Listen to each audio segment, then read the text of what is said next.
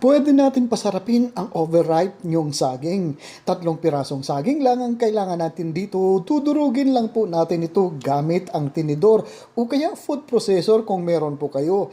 At una nating idadagdag dito ay ang 1/4 cup na sugar, 1/4 teaspoon na fine salt, 2 large na itlog, 2 tablespoon na vegetable oil, 3 tablespoon na water. Haluin lang po natin ng maigi at saka idadagdag po natin ang 1 cup na all-purpose flour, 2 teaspoon na baking powder, at haluin lang po natin ito ng haluin hanggang sa maging smooth po ang ating butter.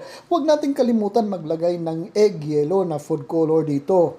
Painitin naman natin ang ating waffle pan, i-brush natin with vegetable oil at saka i-pour out natin ang 1/2 cup sa ating mixture at iluluto lang po natin each side ng mga 3 minutes lang po at ito na po, luto